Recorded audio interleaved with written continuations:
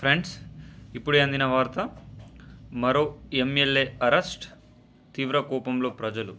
ఈరోజు ఈ వీడియోలో దీనికి సంబంధించిన పూర్తి సమగ్రమైన సమాచారం గురించి తెలుసుకుందాం.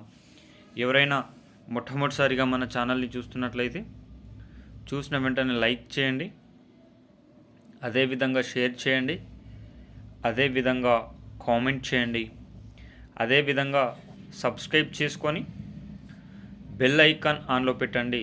తద్వారా ప్రభుత్వం నుంచి వచ్చే ముఖ్యమైన సమాచారం నోటిఫికేషన్ రూపంలో రావడం అనేది జరుగుతుంది.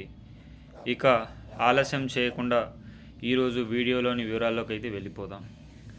తెలంగాణ రాష్ట్ర వ్యాప్తంగా బీజేపీ, బీఆర్ఎస్, కాంగ్రెస్ మూడు పోటీలు పోటాపోటీగా విమర్శించుకుంటున్న సంగతి తెలిసిందే. బీజేపీ, బీఆర్ఎస్ కాంగ్రెస్ పైన విరుచుకుపడుతుంటే కాంగ్రెస్ బీజేపీ, బీఆర్ఎస్ పైన విరుచుకుపడుతున్న సంగతి తెలిసిందే.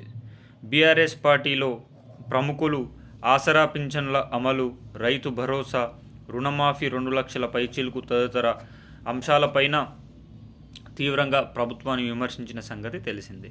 ఇలాంటి తరుణంలో ఎమ్మెల్యే కౌశిక్ రెడ్డి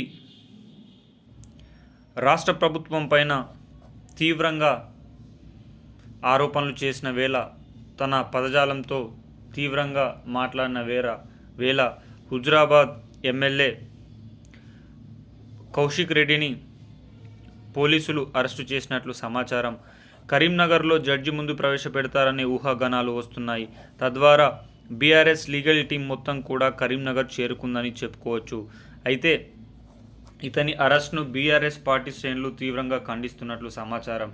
మరి ఎమ్మెల్యే అరెస్టు వెనుక రాజకీయ కోణం ఉందా, లేకుంటే నిజంగానే చట్టాన్ని అమలు చేశారా అని ప్రజలు కూడా ఆరోపిస్తుండడం చింతించదగ్గ విషయం.